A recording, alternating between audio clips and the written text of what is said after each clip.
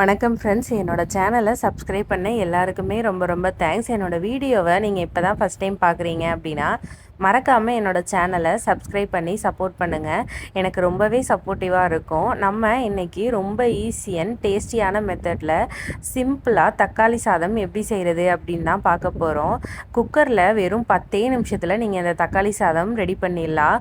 உங்களுக்கு வந்து டைமே இல்லை, காலையில் லேட்டாக எழுந்திரிச்சிட்டிங்க, ரொம்பவே ஈஸியாக குயிக்காக பண்ணணும் அப்படின்னா என்னோட பெஸ்ட் ஆப்ஷன் இந்த தக்காளி சாதம் தான். இது கூடவே உருளைக்கிழங்கு வறுவல், அது கூடவே நான் ஆனியன் ரைத்தா வச்சு இன்றைக்கி வந்து லஞ்சுக்கு வந்து ரெடி பண்ணி கொடுத்துட்டேன்.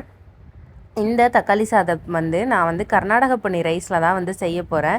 இதுக்கு என்னென்ன தேவை அப்படின்றத நான் உங்களோட ஷேர் பண்ணிடுறேன். நான் 7 பேருக்கு வந்து செய்ய போகிறேன். அதுக்காக 3 பெரிய சைஸ் வெங்காயம், அது கூடவே 5 தக்காளி வந்து எடுத்திருக்கேன். கொஞ்சமாக கொத்தமல்லி தழை, கருவேப்பிலை, இஞ்சி பூண்டு விழுது தான் வந்து எடுத்திருக்கேன். நான் இந்த கர்நாடக பொன்னி ரைஸில் தான் செய்கிறேன். இதுவே வந்து தக்காளி சாதத்துக்கு சூப்பராக இருக்கும். வாங்க எப்படி செய்கிறதுன்னு பார்த்துடலாமா? ஒரு குக்கர் எடுத்துப்போம். அதில் வந்து 4 ஸ்பூன் அளவு ஆயில் விட்டுப்போம். இந்த ஆயில் வந்து லைட்டாக வந்து ஹீட் வந்து ஏறினதுக்கு அப்புறமா இது கூட வந்து நம்ம வந்து 2 ஸ்பூன் சோம்பு, 1 ஸ்பூன் வந்து சீரகம் வந்து சேர்த்துக்க போகிறோம்.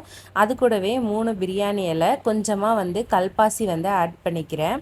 இந்த இன்க்ரீடியன்ட்ஸ் எல்லாமே உங்களுக்கு ஃபஸ்ட் கமெண்ட்டில் நான் பின் பண்ணுறேன், நீங்கள் வந்து பார்த்துக்கோங்க. உங்களுக்கு தேவையான அளவு நீங்கள் வந்து இதில் வந்து ஆட் பண்ணிக்கோங்க. நம்ம 3 மீடியம் சைஸ் பெரிய வெங்காயம் எடுத்துருக்கோம்ல, அதை வந்து நல்லா கட் பண்ணி இது கூடவே ஆட் பண்ணிப்போம். இந்த பெரிய வெங்காயம் ஆட் பண்ண உடனே நம்ம வந்து கொஞ்சமாக கல்லுப்பு ஆட் பண்ணிக்க போகிறோம். எதுக்கு அப்படின்னா, இந்த கல்லுப்பு ஆட் பண்ணும்போது இந்த வெங்காயம் வந்து நல்லா வதங்கி வரும். நம்ம வந்து ஃப்ரெஷ்ஷான கருவேப்பிலையுமே இது கூட ஆட் பண்ணியிருக்கோம். இந்த வெங்காயமும் அந்த கருவேப்பிலை கொஞ்சம் லைட்டாக வதங்கினதுக்கு அப்புறமா நம்ம வந்து இஞ்சி பூண்டு விழுது ஆட் பண்ண போகிறோம். இந்த வெங்காயம் கொஞ்சம் கண்ணாடி பதம் வர அளவுக்கு வந்து நல்லா வதக்கி விடுங்க. நல்லா வதங்கி முடிஞ்சோன்னே நம்ம வந்து இஞ்சி பூண்டு விழுது வந்து 2 ஸ்பூன் வந்து ஆட் பண்ணிக்க போகிறோம். இஞ்சி பூண்டு விழுது நம்ம எப்போதுமே ஆட் பண்ணும்போது அடுப்பை வந்து ஃபுல் சிம்மில் வந்து வச்சுக்கணும். ஏன் அப்படின்னா அப்போ தான் வந்து இஞ்சி பூண்டு விழுது அடி பிடிக்காமல் இருக்கும். இஞ்சி பூண்டு விழுது நல்லா வதங்கினதுக்கு அப்புறமா நம்ம வந்து தக்காளி 3 தக்காளி வந்து நம்ம வந்து பேஸ்ட்டாக அரைச்சி எடுத்துட்டோம். 2 தக்காளி வந்து கட் பண்ணி வச்சுருக்கோம். இதை வந்து ஏன் இப்படி ஆட் பண்ணுறேன் அப்படின்னா, அந்த தக்காளி சாதத்தில் வந்து நம்ம வந்து சாப்பிடும்போது அந்த தக்காளி தோல்லாம் இருக்கும்போது தான் அது வந்து ரொம்பவுமே டேஸ்ட்டாக இருக்கும். எல்லா தக்காளியுமே நம்ம அரைச்சி ஆட் பண்ணிட்டோம் அப்படின்னா அதோட டேஸ்ட் வந்து ஃபுல்ஃபில்லாகவுமே இருக்காது.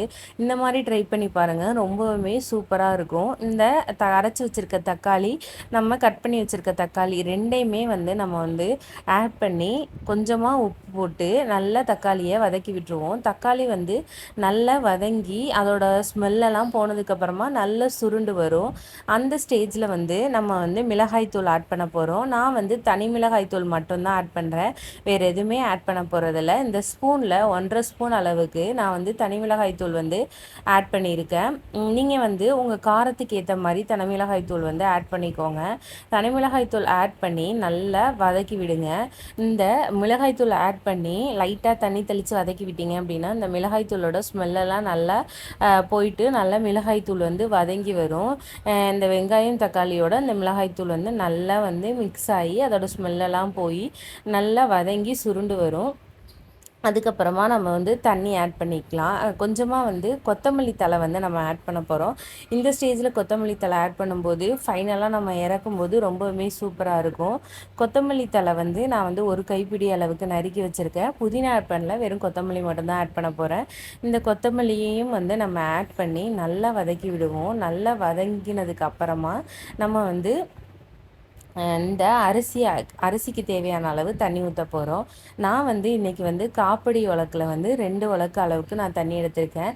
நீங்கள் எந்த டம்ளராக இருந்தாலும் சரி, நீங்கள் எதில் எடுக்கிறீங்களோ அதில் வந்து உங்கள் வீட்டு அரிசிக்கு ஏற்ற மாதிரி தண்ணி ஊற்றிக்கோங்க. நான் இன்றைக்கி யூஸ் பண்ணுறது வந்து கர்நாடக பொன்னின்னு சொல்லுவாங்க இந்த அரிசியோட நேமு, அதுதான் யூஸ் பண்ணேன்.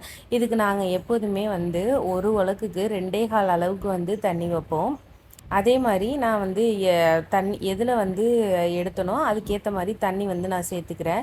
இப்போ ஜீரக சம்பா ரைஸ்னால் 1க்கு 2 வச்சா கரெக்டாக இருக்கும். அதே மாதிரி நம்ம வந்து பாஸ்மதி ரைஸ் அப்படின்னா ஒரு உலக்குக்கு வந்து 1.5 உலக்கு தண்ணி வச்சு தரணும்னா நம்மளுக்கு சூப்பராக இருக்கும். அதுக்கேற்ற மாதிரி தண்ணி வந்து அளந்து நீங்கள் வந்து ஊற்றிட்டு இதில் வந்து லைட்டாக வந்து டேஸ்ட் பண்ணி பாருங்கள்.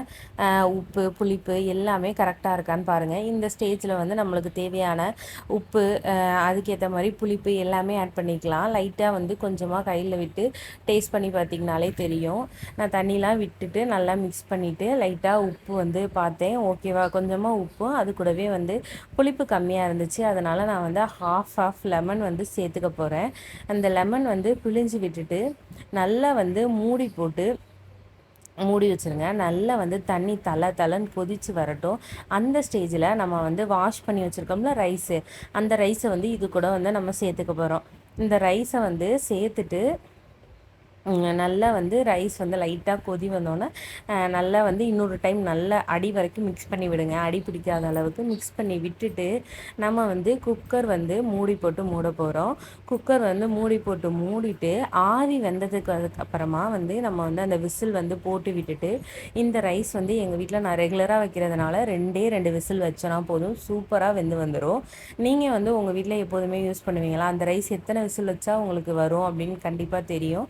அதுக்கேற்ற மாதிரி வச்சுக்கோங்க. 2 விசில் வச்சு நல்லா வந்து ஆவிலாம் போனதுக்கப்புறமா இந்த குக்கரை நம்ம வந்து திறக்க போகிறோம். நீங்கள் பார்த்தீங்கனாலே தெரியும், இது வந்து அவ்வளோ ஒரு பர்ஃபெக்டான ஸ்டேஜில் வந்து இருக்குது.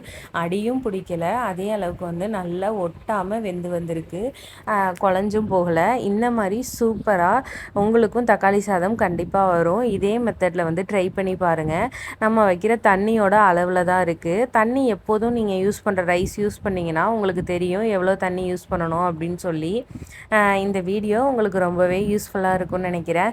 இந்த தக்காளி சாதத்துக்கு கூட நான் இன்றைக்கி உருளைக்கிழங்கு வறுவலும் தயிர் வெங்காயமும் தான் வச்சுருந்தேன்.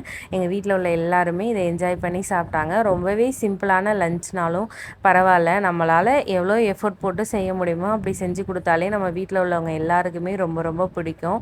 இந்த தக்காளி சாதம் வீடியோ எப்படி இருக்குன்னு மறக்காமல் கமெண்ட்டில் சொல்லுங்கள். மறக்காமல் நம்மளோட சேனலை சப்ஸ்கிரைப் பண்ணி சப்போர்ட் பண்ணிங்க ஃப்ரெண்ட்ஸ். இதே மாதிரி ரெசிபி வீடியோவில் நான் நெக்ஸ்ட் டைம் உங்களை சந்திக்கிறேன். பாய். ரொம்பவே தேங்க்யூ.